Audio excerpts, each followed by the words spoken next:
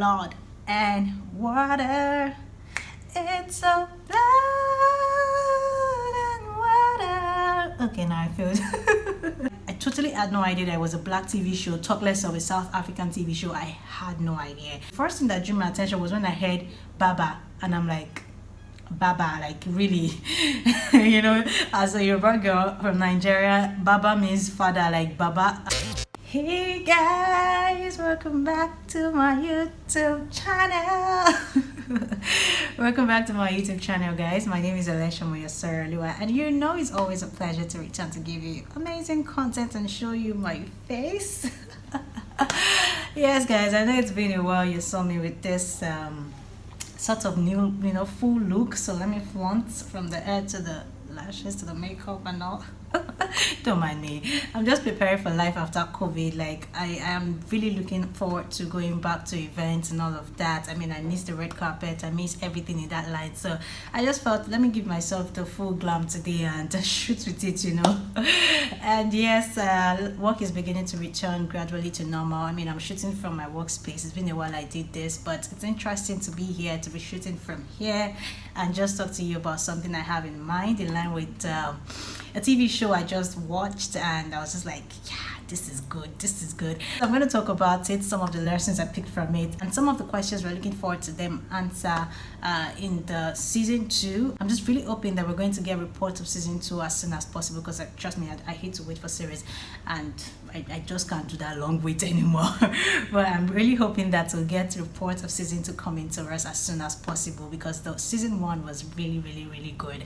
I'm talking about Blood and Water, but before I get into the video, just guys, you already know the drill. If you're here for the first time, please remember to like and subscribe to my YouTube channel. And yes, if you have subscribed, please tell a friend about this channel. It's a lifestyle channel. I talk about trends, I do DIYs, I give tutorials on some of the things that you'll find interesting. So please remember to like and subscribe before you go. Thank you. All right, guys, don't mind my vibes. I don't even know what's up, but then it's totally fine. All right, let's talk about Blood and Water very quickly. In case you've watched it, I think it's a very amazing TV show. It's a Netflix original show, second of its kind from South Africa. So it's more like the second Netflix original coming from South Africa. I think the first series to come from South Africa from Netflix is Queen. Is it Queen Sono? Queen? I can't remember the name now. Was Queen something? That's the first original South African Netflix series, and this one, Blood and Water, is the second one. To be very honest, when I saw the teaser, the trailer for the series, for the TV show, I was one of those who saw it first on Netflix when it dropped, because I mean, I was always staying on Netflix to see the new TV series, the new shows to watch, the new movies to check out for, because I mean, COVID-19 time, we just wanted to keep catching up with content and all. But hey, when I saw that particular show, I was quite excited. I was quite interested, because it's teenage life, high school, and I like all this kind of stuff. You already know by now.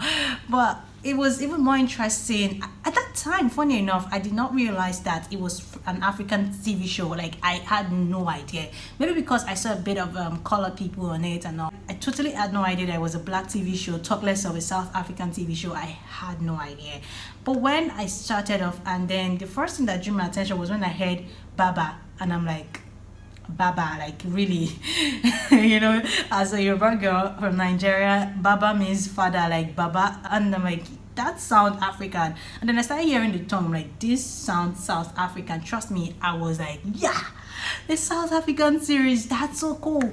And the story, trust me, drew me in. I mean, I love all the guys on it. Let me even talk about the cast first. I love each and every one of them. And this just the first lesson I picked out from it, especially when I started reading some more about the TV show, is the fact that regardless of who you are or what you're doing, even if you feel like you're a local champion at a particular time, you shouldn't, you should do it well regardless. Whatever opportunity you have or you've been given, make sure you put your A game into it. It might feel like a local content, but trust me, you don't know where to go. I think that's one lesson I picked out from Blood and Water, because even all of the cast in the recent interview did talk about the fact that they probably did not expect this much fame from that show.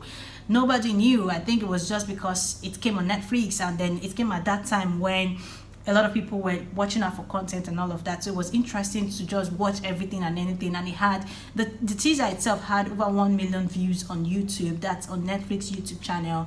Then to the show itself, which is actually having a lot of views at the moment. So I feel like regardless of what you're doing, it might seem local, but you don't know what will just push you out there. And these guys have been put out there. I think I was reading one of the interviews where they were talking about the fame and how they did not exactly see it coming, and how they are now living with international fame. I mean, they are now famous, they are global now. What do you say? So yeah, I think I like the cast. They did justice to their roles. And one other thing I noticed about the TV show is that no character is a waste. Every character had something important to bring to the table. Every character had a job to be done, and they did it very well. From Puleng to our parents, to Fikele, to Kebi, to Wade. I mean, everyone, Miss Daniels, the principal, everyone had something to bring on board, and they brought it on board. And I think I liked that about the show. No character was a waste, and I really like that. I don't like people laying around and I can't really figure out, okay, what's this guy doing here? With just 6 episodes, they got me. Nothing, no waste, no time, no back and forth. It was just really interesting to watch. So that's one thing I like about the series. So if you've not seen it, trust me, if I can give this much explanation about how I got drawn in, I feel like it's something you need to check out. And moving away from the character to the story itself, the story is quite unique. It's quite interesting. Sometimes when we have the high school teenage story, it's always about love and all those drama, but this one had a strong selling point, the fact that there's this anxious girl who is trying to resolve a case about her adopted sister. That particular story, or that particular theme in the story, is really strong. It's not something I've watched anywhere on recent time. I can't remember if I've watched something like that anywhere, but in recent time, it's not something that I've seen anywhere. So apart from the teenage drama that came along the way, I feel like that story already, or that part of the story, is a very strong part. Having to push something that serious in the midst of the teenage drama, I think it's quite commendable. And I like how Puleng pulled it all out. I mean, she started off as someone who was tired of the whole celebrating her sister in absentia and all of that, to becoming anxious. And it just really showed that ordinarily she's a very smart kid, but she tiredness and the drama around her parent just made her feel like, see, I'm not doing this anymore. I'm not going to allow this part of me come out. But somehow she couldn't help it, from finding little signs or evidence to show that my sister could be somewhere, to following the lead, to making that bold step to changing school when things got bad at school for her with her father's drama and all. I think they just kept opening it up one after the other, and I was just enjoying it. I think another thing I enjoyed about it is the closure she got with a friend who, initially I was scared, like, wait, Daniels, what's he going to do here? Is it going to be that mommy's boy who would burst a bubble or burst everything for her? But I liked how they were able to spin a bit of maturity out of a teenager. I mean, they sold maturity when it comes to that boy, and I like it. It just made me feel like teenage shows should not just be all nyama nyama, it shouldn't be all wishy-washy. There was a lot of maturity inside. I like Zama too, the friendship she had with her friend Zama, and how they were able to come in from their differences and their fallout to being friends again. And I like how Zama was always like, hey, I got you. I mean, what's he saying? Let's go and fight. That kind of friend though. So I really liked that too. I also really think that this opened us up to the South African culture and South African reality, some of the stories from the past, because I think this is not the first time I'm reading about child trafficking in South Africa, abduction and all of that. So I guess this is just more like selling a story of a genuine South African reality. I mean, it could be something of the past now, but yeah, it's something that actually used to happen in South Africa, the whole child trafficking and all of that. So yeah, I think I was able to connect to the story because I've at different times read about it. And I also noticed, in one of my recent posts, the African Day post, I talked about South Africa, how I like their language, how I like some of their culture, and the language is another thing that was fascinating. If you watched God Must Be Crazy from way back, that particular movie, that language, that thing you hear, that that's something I enjoyed listening to when they spoke their native language in the TV show.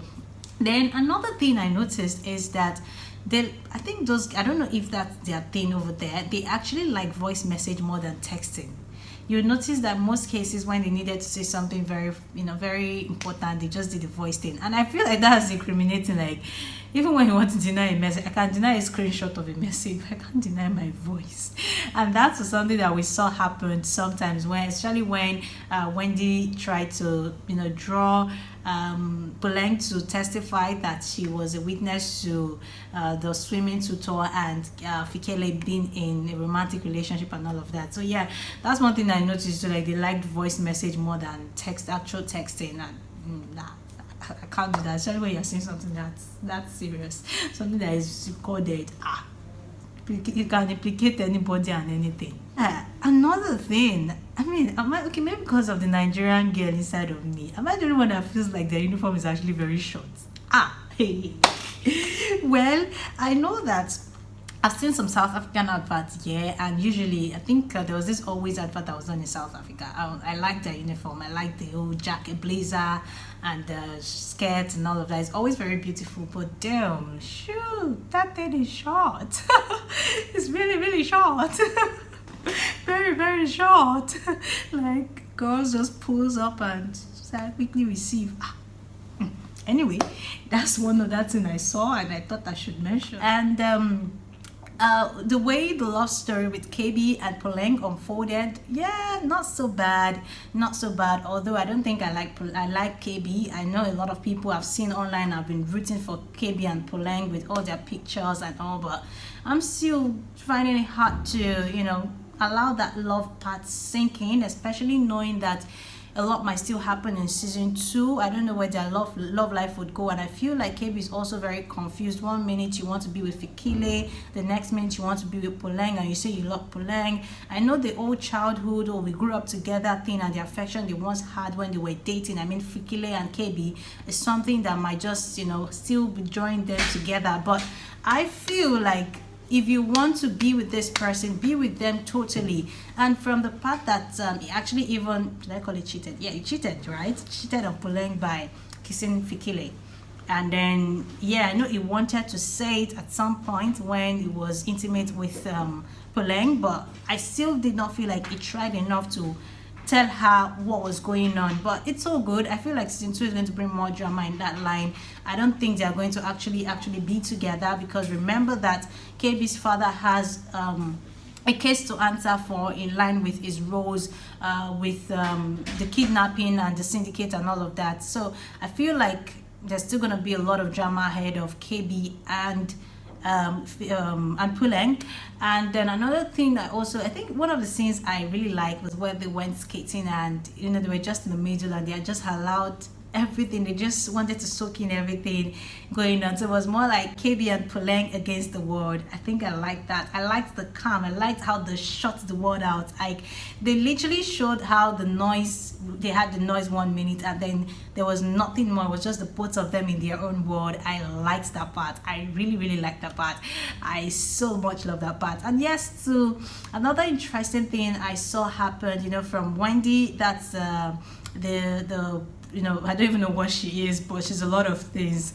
I think she's just one girl who doesn't like how the rich treats people, and she always sees the rich as pretentious people, and that's one problem she had with Fikele, and how she, from twisting Poleng's interview to trying to expose her, she's always saying Fikele is not who she thinks she is, to exposing the fact that she was having a relationship with the swimming tutor. And I think that swimming tutor is actually a very annoying person. I don't know, from the first time I saw him I was just really annoyed. Like, what is this one? Who is this one? Why is he taking advantage of a 17-year-old girl? Like, but it did what it did. Another very emotional place or part of the movie or series that I liked was when the wife came to school and she was crying so emotionally, like, oh, you broke my home, you did this. I mean, she's pregnant, so it was just normal to have that emotional connection with her at that particular time. I think I really liked that scene. And again, it still brought some level of maturity to the TV show, because I mean, not all teenage or high school show has that kind of emotion run.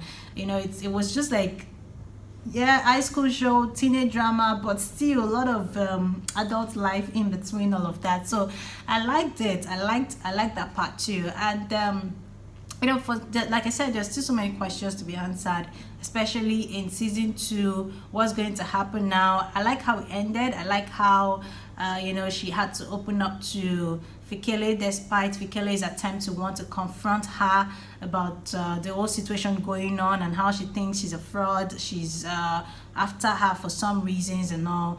I think I liked how they were able to just, you know, have that moment like, you're my sister, like, are you getting what I'm getting? Are you feeling me? You know?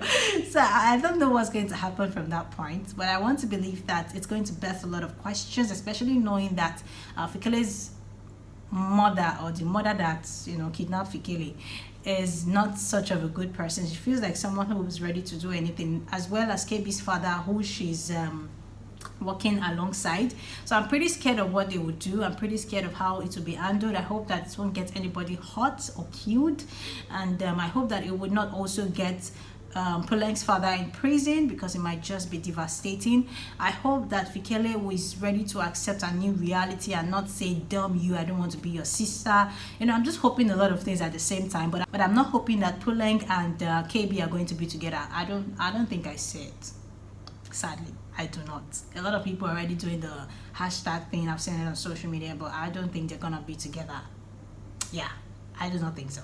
So guys, let me know what you think about this series. I think there are a lot of things. Yeah, Puleng's brother, I really like him too. Like, I really do like him. I like that he has some lines that were very interesting. You know, that just made me chuckle at somebody like, what's this young boy? From saying, who is this guy in your room and all of that. I really like him. And I liked what he has with his sister. You know, the sister he has always known, that's Puleng. You know, they had the first sister who was abducted. So it was just, I think that's why they got close again at the end of the day, you know. So yeah, I like it. I really do. I enjoyed it. I watched it. Usually I watch series like haphazardly, but this one I finished it in about 24 hours, and I think that's commendable. So yeah, Blood and Water is a thumbs up for me. Let me know what you think about the series. Also, remember to like and subscribe to my YouTube channel. If you have not seen it, go watch it and then come back to tell me what you think and if you like it, and if you think that my projection for the questions I asked as we await season 2 are valid questions. Also let me know in the comment section down below. Thank you so much for watching. I hope I've been able to convince you and not confuse you that you need to go see Blood and Water if you have not already. Guys, I need to go now. See you soon, very soon. Remember to like and subscribe, please. Thank you.